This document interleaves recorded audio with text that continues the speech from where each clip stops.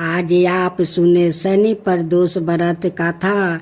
इस कथा को सुनने से आपका सारे मनोकामना पूर्ण जरूर शनि भगवान कर देंगे। शनि भगवान तो वो है जिस पर प्रसन्न हो जाते हैं उन्हें माला माल कर देते हैं। अगर जिन पर क्रोध हो जाते हैं उन्हें तो वो भिखारी बना कर छोड़ते हैं। जब तक शनि भगवान उन पर से अपना दृष्टि नहीं हटाते हैं तब तक उन्हें कोई शांति नहीं मिलते है। अब हम कथा सुनते हैं। शनि प्रदोष व्रत कथा के अनुसार प्राचीन काल में एक नगर में सेठ थे। सेठानी जी के घर में हर प्रकार की सुख सुविधा थी, लेकिन संतान नहीं होने के कारण सेठ और सेठानी हमेशा दुखी रहती थी। काफी सोच विचार करके सेठ जी ने अपना काम नौकरों को सौंप दिया और खुद सेठानी के साथ तीर्थ यात्रा पर निकल पड़े। जब सेठ जी अपने नगर से बाहर निकले तो उन्होंने एक साधु मिले जो ध्यान मगन बैठे थे। सेठ जी ने सोचा क्यों ना साधु से आशीर्वाद लेकर आगे की यात्रा की जाए।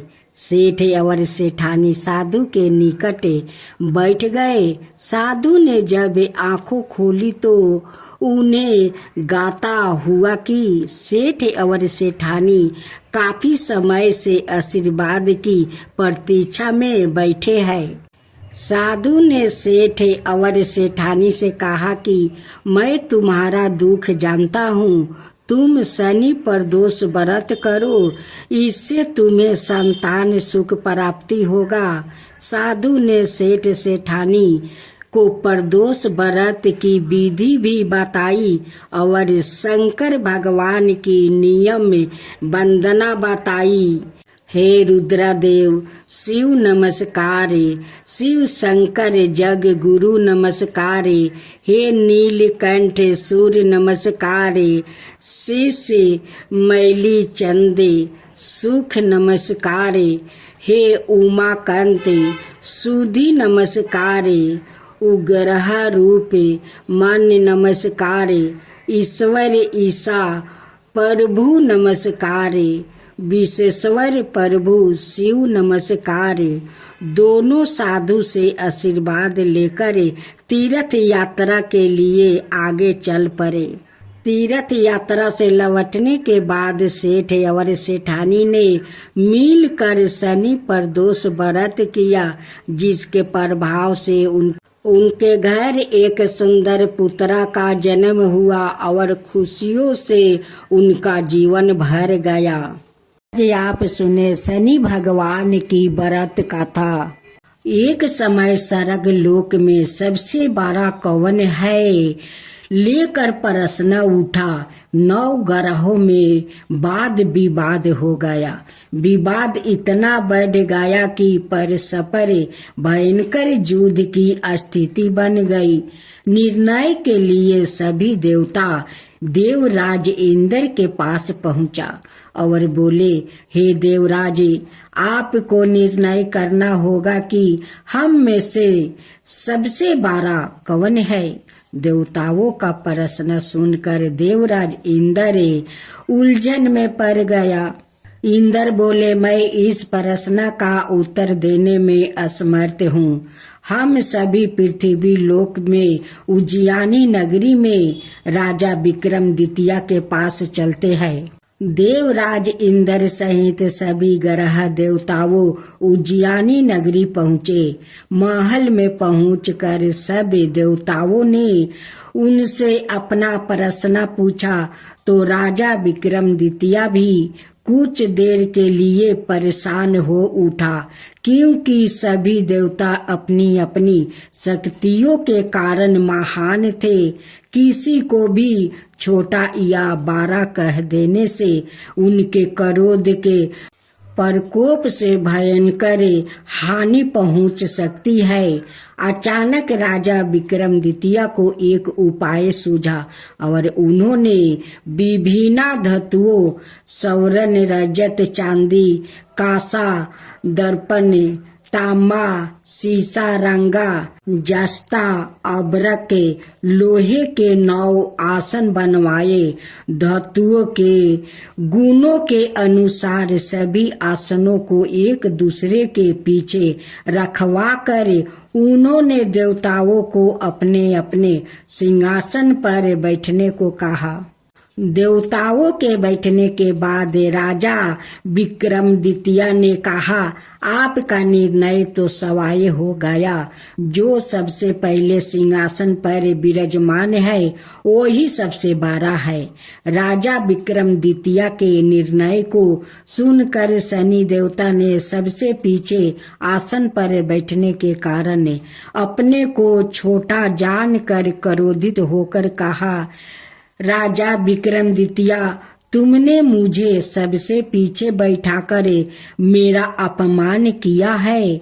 तुम मेरी शक्तियों से पराजित नहीं हो। मैं तुम्हारा सर्वनाश कर दूंगा। शनि ने कहा, सूर्य एक राशि पर 1 महीने, चंद्रमा 2.25 दिन, मंगल 1.5 महीने, बुध और शुक्र 1 महीने, बृहस्पति 13 महीने रहते हैं। लेकिन मैं किसी राशि पर 7.5 बरस 7.5 तक रहता हूँ। बड़े बड़े देवताओं को मैंने अपने प्रकोप से पीड़ित किया हूँ।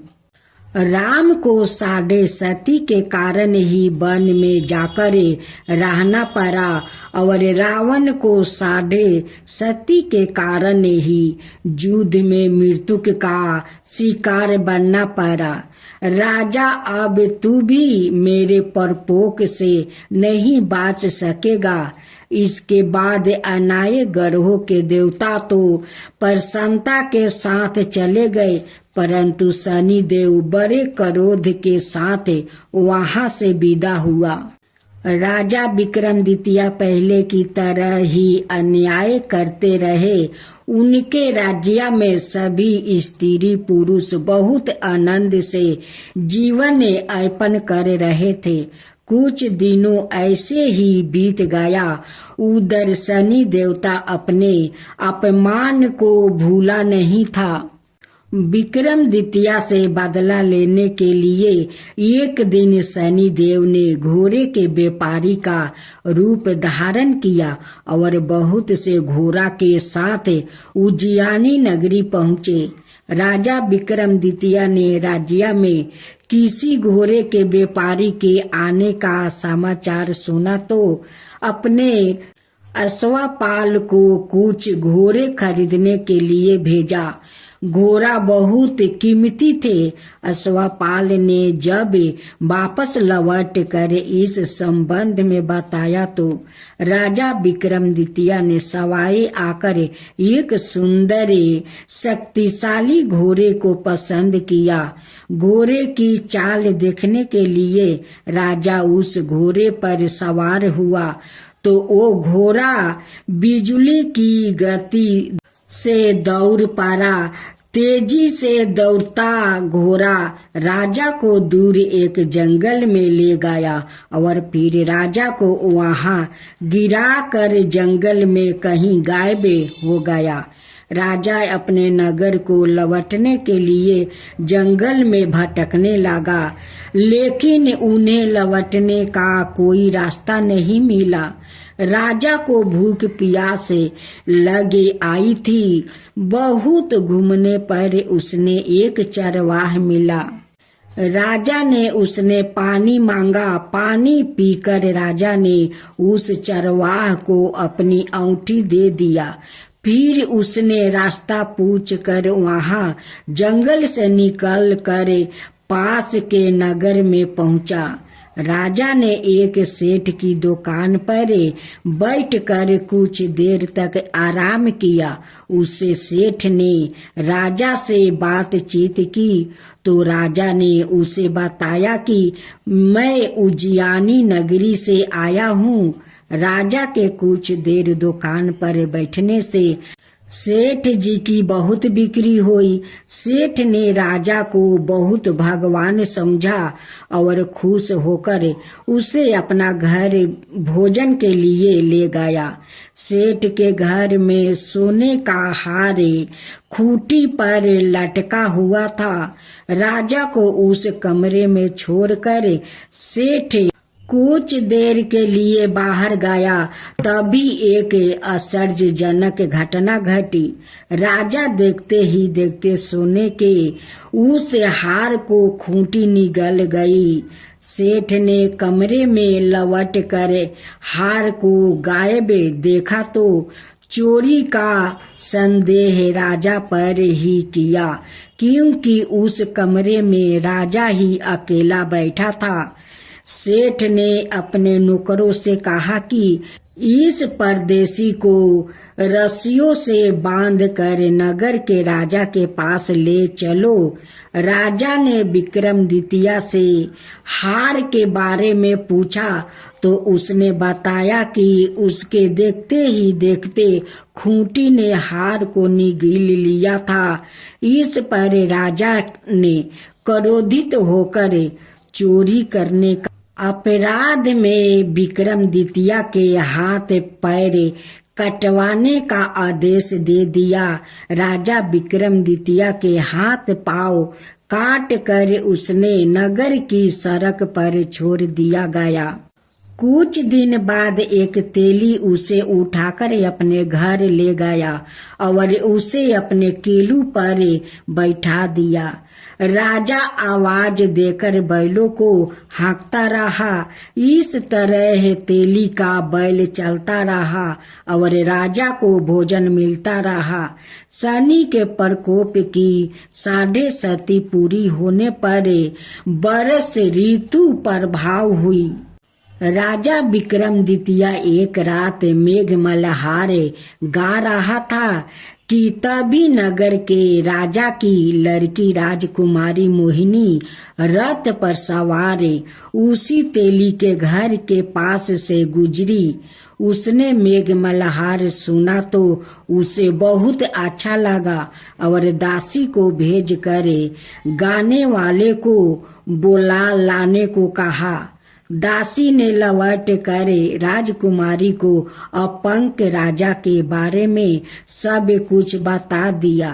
राजकुमारी उसे मेघ मल्हार से बहुत मोहित हुई।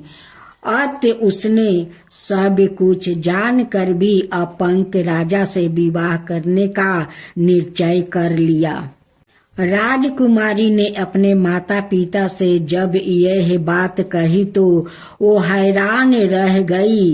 रानी ने मोहिनी को समझाया, बेटी तेरे भाग्य में तो किसी राजा की रानी होना लिखा है, फिर तू उस अपंक से विवाह करके अपना पांव पर कुल्हाड़ी क्यों मार रही है। राजकुमारी ने अपनी जिद नहीं छोड़ी। अपनी जिद पूरी करने के लिए उसने भोजन करना छोड़ दिया और प्राण त्याग देने का निश्चय कर लिया। आखिर राजा रानी को विवश होकर अपंग विक्रमादित्य से राजकुमारी का विवाह करना पड़ा। विवाह के बाद राजा विक्रमादित्य और राजकुमारी तेली के घर में रहने लगे। उसी रात सपने में शनि देव ने राजा से कहा, राजा तुमने मेरा प्रकोप देख लिया। मैंने तुम्हें अपना अपमान का दंड दे दिया है। राजा ने शनि देव से क्षमा करने को कहा और प्रार्थना की, हे शनि देव, आपने जितना दुख मुझे दिया है अनाय किसी को ना देना। शनि देव ने कुछ सोच कर कहा, राजा, मैं तुम्हारी प्रार्थना स्वीकार करता हूँ। जो कोई स्त्री पुरुष मेरी पूजा करेगा, शनिवार को व्रत करके मेरी व्रत कथा सुनेगा, उस पर मेरी अनुकंपा बनी रहेगी। प्रातः काल राजा विक्रमादित्य की नींद खुली तो अपने हाथ पांव देख कर राजा को बहुत खुशी हुआ। उसने मन ही मन शनि देव को प्रार्थना किया। राजकुमारी भी राजा के हाथ पांव सही सलामत देखकर आश्चर्य में डूब गई। तब राजा विक्रमादित्य ने अपना परिचय देते हुए शनि देव के परपोक की सारी कहानी सुनाई। सेठ को जब इस बात का पता चला तो दौड़ता हुआ तेली के घर पहुंचा और राजा के चरणों में गिरकर क्षमा मांगने लगा। राजा ने उसे क्षमा कर दिया क्योंकि यह सब तो शनि देव के प्रकोप के कारण हुआ था। सेठ राजा को अपने घर ले गया और उसने भोजन करवाया। भोजन करते समय वहाँ एक आश्चर्यजनक घटना घटी। सबके देखते देखते उस खूंटी ने हार उगील दिया। सेठ जी ने अपनी बेटी का विवाह भी राजा के साथ कर दिया और बहुत से स्वर्ण आभूषण धन आदि देकर राजा को विदा किया। राजा विक्रमादित्य राजकुमारी मोहिनी और सेठ की बेटी के साथ उज्जैनी पहुँचे तो नगर वासियों ने हर्ष से उनका स्वागत किया। अगले दिन राजा विक्रमादित्य ने पूरे राज्य में घोषणा करवाई कि शनि देव सब देवों में सर्वश्रेष्ठ है। प्रत्येक स्त्री पुरुष शनिवार को उनका व्रत करे और व्रत कथा अवश्य सुने। राजा विक्रमादित्य की घोषणा से शनि देव बहुत प्रसन्न हुआ। शनिवार का व्रत करने और व्रत कथा सुनने के कारण सभी लोग की मनोकामनाएं शनि देव की अनुकंपा से पूरी होने लगी। सभी लोग आनंद पूर्वक रहने लगा। यमराज भगवान की जय हो। यमराज भगवान की जय हो। एक महिला से यमराज ने कहा कि मैं तुम्हारे प्राण लेने आया हूँ। मैं तुम्हारा थोड़ा समय देता हूँ। अपनी किस्मत बदलने के लिए इस पुस्तक में जो चाहे लिख दो, वो ही हो जाएगा। महिला ने पुस्तक में देखा तो वह लिखा था, तुम्हारी सहेली को खजाना मिलने वाली है। इसके बाद क्या हुआ? एक महिला को यमराज मिले, लेकिन वो उन्हें पहचान नहीं सकी। उसने यमराज को पानी पिलाया। इसके बाद यमराज ने महिला से कहा कि मैं तुम्हारे प्राण लेने आया हूँ, लेकिन तुमने मुझे पानी पीने के लिए दिया, इस कारण मैं तुमसे खुश हूँ। तुम्हें एक अवसर देता हूँ, तुम अपना भाग्य बदल सकती हो। या कहकर यमराज ने एक पुस्तक महिला को दे दिया और कहा कि इस पुस्तक में तुम्हारे नाम का एक दृष्टि है। वहाँ तुम अपने लिए जो चाहती हो वो लिख सकती हो। जैसा लिखोगी वैसा ही होगा। महिला ने पुस्तक हाथ में ली और जैसे ही उसे खोला तो उसमें लिखा था कि तुम्हारी सहेली को खजाना मिलने वाला है। महिला ने वहाँ लिख दिया कि उसे खजाना ना मिले। अगला पोस्टर खोला तो उस पर लिखा था कि तुम्हारी पड़ोसी का पति राजा का मंत्री बनने वाला है। महिला ने वहां लिख दिया कि वो मंत्री ना बने। कुछ ही देर में उसे अपने नाम का पृष्ठ मिला। वो खुद के लिए अच्छा लिखने के लिए सोचने लगी, लेकिन जैसे ही वो लिखने वाली थी, यमराज ने पुस्तक के ली। यमराज ने महिला से कहा कि अब तुम्हारा समय खत्म हो गया है। तुम दूसरों का बुरा करने के चक्कर में खुद का भला नहीं कर सकती है। महिला को पछतावा होने लगा कि उसने सुनहरा अवसर खो दिया। इसके बाद यमराज ने उस महिला के प्राणों का हरण कर लिया। इस गाथा की लीक यह है कि काफी लोग दूसरों का बुरा सोचते रहते हैं। मौका मिलने पर दूसरों का बुरा करते हैं। इस चक्कर में वो कई बार खुद का भला करने का अवसर खो देता है। हम दूसरों का भला ना कर सके तो कम से कम किसी का बुरा भी नहीं करना चाहिए। यही सच्ची मानवता है। अगर वो महिला अपनी मित्र और पड़ोसी का बुरा नहीं सोचती तो खुद का भाग्य बदल सकती थी, लेकिन उसने पहले उनका बुरा करने की सोची और खुद के प्राण नहीं बचा सकी।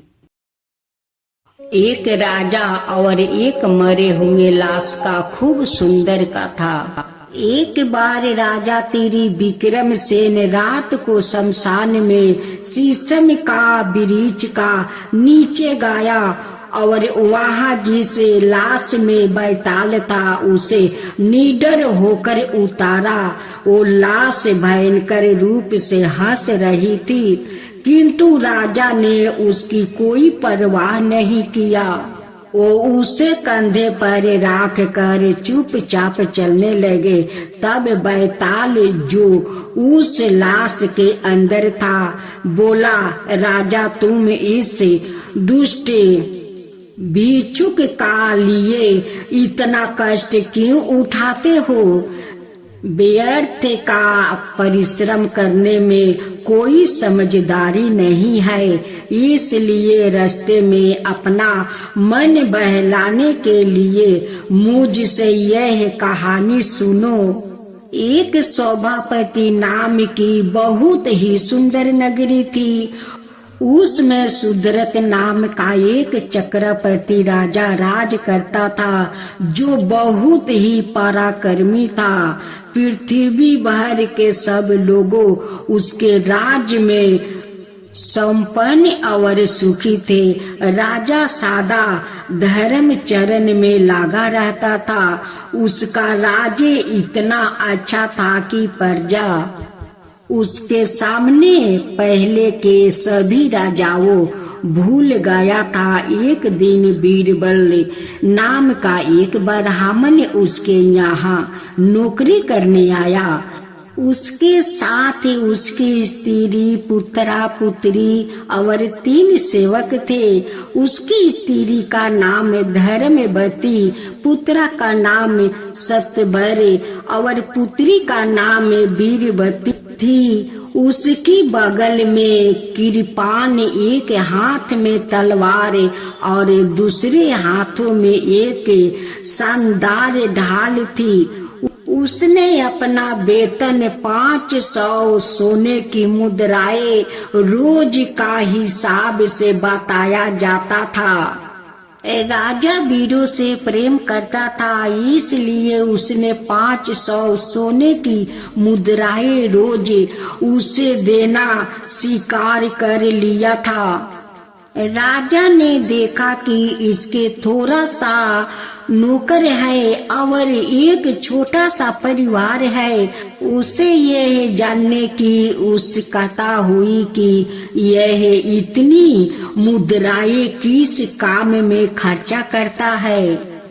कोई बुरी आदत तो इसमें नहीं है। इसके लिए उस राजा ने गुप्तचारों को उसका पता लगाने के लिए लगा दिया। उन्होंने देखा कि वो प्रातः काल रोज राजा से मिलने जाता है, दोपहर को हाथ में तलवार लेकर महल का बाहर देता है, फिर घर जाता है। 100 मुद्राएं अपनी स्त्री को भोजन का खर्चा के लिए देता है। 100 में बस्तर इत्यादि जरूरी चीजें खरीदता है। 100 शिव और विष्णु की पूजा में लगाता है और 200 का रोज दान कर देता है। इसके बाद वो हवन और उपासना करता, फिर भोजन करता और रात को अकेला उसी प्रकार महल का बाहर देता। राजा ने देखा कि कितनी भी कड़ी गर्मी पड़ रही हो, कुछ भी हो, वो सबको सहते हुए वहाँ अटल खड़ा रहता था। तब राजा ने मन में उसकी निर्भरता को देखा तो साहस, तत्परता और धर्म परायणता की सराहना की और सोचा कि इसकी पद वृद्धि कर देनी चाहिए। एक रात को घोर घाटा घेरी हुई थी, वर्षा हो रही थी और तेज हवा चल रही थी। वो ऐसी अंधेरी रात थी कि हाथों को हाथ नहीं दिखाई देता था। इतने में राजा ने एक स्त्री की रोने और विलाप करने की दुख भरी आवाज सुनी। राजा ने मन में सोचा, मेरे राज में कोई दुखी बेआकित नहीं है, फिर यहाँ स्त्री क्यों रोती है? राजा ने चिल्लाकर कहा, महल का फाटक पर कौन है? बीरबल सावधान था, उसने उत्तर दिया, मैं हूँ। राजा ने कहा, बीरबल सुन जाओ, द्वार पर यह स्त्री जो रो रही है, इसका दुख का कारण मालूम करो। उसने कहा कि मैं शीघ्र मालूम करता हूँ। बीरबल देखता है कि राक्षसी का समान डरावनी रात है, तीर का समान भूतों की बैताल है और बिजली की करकी कुछ भी परवाह ना करता हुआ जिधर से शब्द आ रहा था उसी दिशा में बढ़ता जा रहा था। उस समय रास्ता तो दिखाई नहीं दे रहा था। राजा सुदर्क भी कम वीर नहीं था। उसे इस प्रकार अकेला बढ़ते देख कर राजा को उस पर दया आ गई। उत्सुकता से हाथों में तलवार लेकर वो भी उसके पीछे पीछे जाने लगा। बीरबल नगर का बाहर एक तालाब का किनारे पहुंचा। उसने तालाब का बीच में एक स्त्री को यह कहते सुना, वीर दयालु उदार पुरुष, तेरे बिना मैं कैसे रह सकती हूँ? बीरबल ने उससे पूछा, तुम कौन हो और क्यों रोती हो? उस स्त्री ने उत्तर दिया, मैं पृथ्वी हूँ, राजा सुदर्क मेरे धर्मात्मा स्वामी है। आज से तीसरे दिन उसकी मृत्यु हो जाएगी, फिर मैं ऐसा दूसरा स्वामी कहाँ से पाऊंगी? बीरबल ने पूछा, इस सब संसार का रक्षक राजा का बचाने का भी कोई उपाय है? स्त्री ने कहा, इसका एक ही उपाय है जिसे केवल तुम ही कर सकते हो। बीरबल ने कहा, देवी मुझे शीघ्र वो उपाय बताओ। स्त्री ने कहा, यदि तुम अपने पुत्र सतबर का राजा का बनाए हुए मंदिर में चंडी पर बलिदान कर दोगे तो राजा बच जाएगा। यह काम तुम्हें शीघ्र करना चाहिए, नहीं तो तीसरे दिन राजा की मृत्यु हो जाएगी। बीरबल ने उत्तर दिया, देवी इसी समय मैं यहाँ काम पूरा करूँगा। ऐसा कहकर बीरबल शीघ्र अपने घर गया। राजा सुदर के जो सब बातें सुन रहा था, बड़ी उत्सुकता से उसके पीछे पीछे छिप कर चल दिया। उसने घर जाकर अपनी स्त्री धर्मवती को जगाया और उसे सब खिस्सा सुनाया। स्त्री ने कहा, राजा का भले के लिए हमें सब कुछ करना चाहिए। पुत्र को जगाए। तब बीरबल ने अपने पुत्र सतबर को जगाकर उसे सारी बात कही। यद्यपि वो बहुत ही छोटा बालक था, तथापि वो पिता का समान ही वीर और साहसी था। उसने प्रसन्न होकर कहा, यदि मेरे बलिदान से राजा की जीवन रक्षा हो जाती है तो उसका अन्न जो हमने खाया है उसका बदले चूक जाएगा। पिताजी, स्वामी की प्रसन्नता के लिए शीघ्रता कीजिए। बीरबल ने कहा, वीर वास्तव में तुम मेरे सुपुत्र हो। राजा ने उनकी बात सुनकर मन में कहा, आहा, या सभी साहस में बराबर है। इस पर बीरबल ने अपने पुत्र को उठाकर अपने कंधे पर बैठा लिया और स्त्री ने लड़की को भी जगाकर उसे अपने कंधे पर बैठा लिया। इस प्रकार वो सब देवी के मंदिर को चल दिया। मंदिर में पहुंचने पर सतबर ने कंधे पर से उतर कर चंडी को नमस्कार किया और प्रार्थना की, हे देवी, मेरे बलिदान से राजा सुदरक की जीवन रक्षा हो। वो 100 बरस और निर्विघ्न राज करे। इस पर बीरबल ने चिल्ला कर कहा, वीर, और अपनी तलवार से उसका सिर काट कर चंडी पर चढ़ा दिया। उसी समय आकाशवाणी हुई, बीरबल, तुम्हारे सामने वीर और स्वामी भक्त होना बहुत कठिन है। तुमने जो अपने पवित्र पुत्र का बलिदान किया है, इससे राजा को जीवन और राज्य दोनों प्राप्त हो गया है।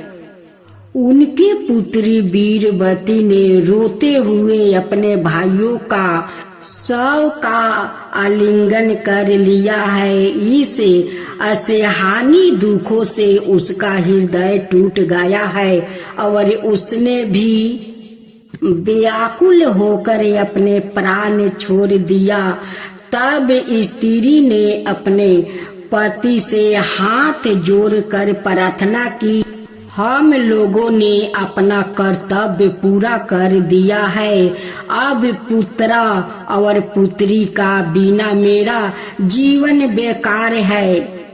हे नाथ, मुझे आज्ञा दीजिए कि मैं चिता में अपने बच्चों के साथ जल मरूं।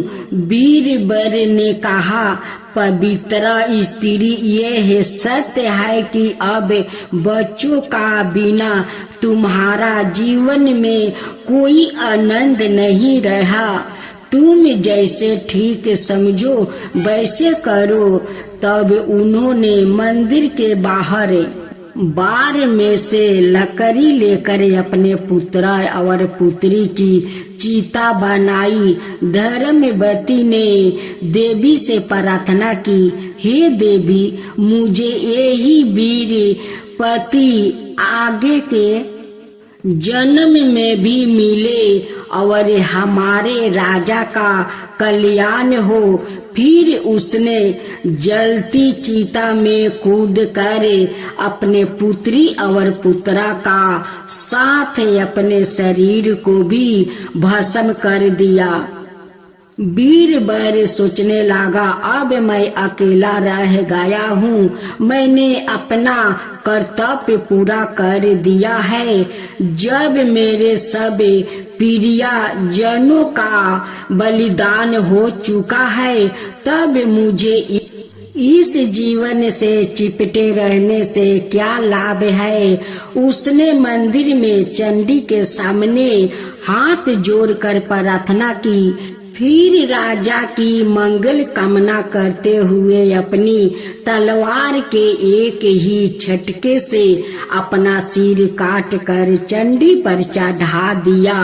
राजा सुदरक को जो छिप कर यह सब नाटक देख रहा था, बहुत ही आश्चर्य और दुख हुआ।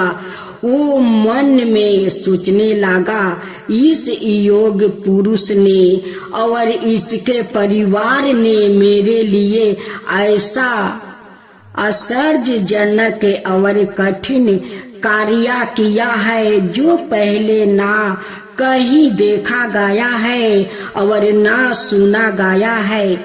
मुझे ऐसा वीर स्वामी भक्त और धर्मात्मा आदमी कहाँ मिलेगा। यह सोचकर राजा ने अपनी तलवार निकाल लिया और चंडी के सामने जाकर यह प्रार्थना की, हे देवी, मेरे सिर की भेंट लेकर संतुष्ट हो और मुझे यह वरदान दो कि यह वीर ब्राह्मण और इसका परिवार, जिसने मेरे लिए इतना महान बलिदान किया है, फिर जीवित हो जाए। जैसे ही यह कह कर राजा अपना सिर काटने को तैयार हुआ, उसी समय यह आकाशवाणी हुई, आवेश में कोई काम मत करो। मैं तुम्हारे साहस से प्रसन्न हूँ। यह ब्राह्मण अपनी स्त्री, पुत्र और पुत्री का साथ फिर जीवित हो जाएगा। यह आकाशवाणी होते ही बीरबल का सारा परिवार फिर जीवित हो गया। किसी के शरीर पर कोई घाव या चोट का चिन्ह नहीं था। उनके शरीर पहले से भी अधिक सुंदर हो गया। उन सबको फिर जीवित होने पर बहुत आश्चर्य हुआ। राजा फिर जल्दी छिप गया कि कोई उसे देख न ले। वो अपनी आंखों में आनंद के आंसू भर कर उन्हें देखने लगा। बीरबल ने अपनी स्त्री और पुत्रों से पूछा, तुम सब राख में मिल कर कैसे जीवित हो गया और मैं भी फिर कैसे जीवित हो गया? क्या यह माया है या देवी की कृपा है? उन्होंने कहा, यह देवी की ही कृपा हो सकती है, हमें इसका कुछ भी पता नहीं है। बीरबल इस देवी की कृपा ही समझता हुआ सबके साथ अपने घर लौट कर आया। सबको घर पर छोड़ कर और उसी समय रात में जाकर फाटक पर पहले की तरह पहरा देने लगा। राजा ने उसे आया हुआ देखकर पूछा, फाटक पर कौन है? बीरबल ने कहा, मैं हूँ। मैं आपकी आज्ञा से उस स्त्री की खोज में गया था, किंतु वो एक राक्षसी की तरह वहां से सुलभ हो गई। राजा मन में सोचने लगा, निस्संदेह महान पुरुष समुंदर का समान गंभीर होते हैं। वो अतुलनीय वीरता का काम कर चुकने पर भी उसका अपने मुख से बखान नहीं करते। दूसरे दिन प्रात काल जब बीरबल राजा से मिलने दरबार में आया, तब राजा ने मंत्रियों को और सबको जो रात में घटना घटी थी उसका हाल बताइए। इसे सुनकर सबको बहुत आश्चर्य हुआ। राजा ने बीरबल को और उसके पुत्र को लौट आने पर और कर्नाट की रियासत दे दिया है और बीरबल को अपने समान ही शक्तिशाली राजा बना दिया है। उनमें आसपास में विशेष प्रेम रहा। उन्होंने बहुत समय तक राज किया। बैताल यह आश्चर्यजनक कहानी राजा को सुनाकर पूछा, अच्छा राजा, मुझे बताओ कि इनमें सबसे वीर कौन है? यदि तुम जानते हो और नहीं बतलाते तो तुम्हारा सिर टुकड़े टुकड़े हो जाएगा। राजा ने यह सुनकर उत्तर दिया, राजा शूद्र के सबसे महान वीर है। बैताल ने कहा, क्या बीरबल उससे 12 वीर नहीं है? उसके समान पृथ्वी पर कोई वीर मिल सकता है क्या? उसकी स्त्री जिसने अपनी आंखों के सामने अपने पुत्र का बलिदान सहन किया है, उससे अधिक वीर नहीं पुत्र। सतबर जिसने इतना छोटा होते हुए इतना बड़ा अधिक साहस दिखाया है, उससे अधिक वीर नहीं है। तुम राजा शूद्रक को इतने अधिक वीर क्यों बताते हो? बैताल की बात सुनकर राजा ने उत्तर दिया, ऐसा मत कहो। बीरबल ऊंचा कुल का व्याकृत था, जिसमें सदा यह प्रार्था रही है कि जीवन पुत्र स्त्री सबको अपने स्वामी की रक्षा के लिए बलिदान कर देना चाहिए। उसकी स्त्री भी ऊंचा कुल की ही है। वो पतिव्रता है और अपने पति की पूजा करने वाली है। वो अपने पति द्वारा निश्चित किया हुआ मार्ग पर चलना ही अपना मुख्य कर्तव्य समझती है। सतबर भी उनके समान ही वीर है। सच है, जैसे धागे होते हैं वस्तु भी वैसे ही उनसे बुना जाता है। शूद्रक ऊन सबसे बढ़ गया है, क्योंकि वो ऊन सेवकों का लिए अपना बलिदान करने के लिए तैयार हो गया, जिनके जीवन के बलिदान द्वारा राजा लोग अपनी प्राण रक्षा करने के अभ्यस्त होते हैं वो राजा कितना महान है, जो अपनी प्रिया प्रजा के लिए अपने प्राण देने के लिए तैयार हो गया। राजा की यह बात सुनकर बैताल अपनी अलौकिक शक्ति से उसके कंधे को छोड़कर बिना दिखाई दिए अपनी पहली जगह पर पहुंच गया। किंतु रात होने पर दृढ़ प्रतिज्ञा राजा फिर उसे लाने के लिए शमशान को चल दिया।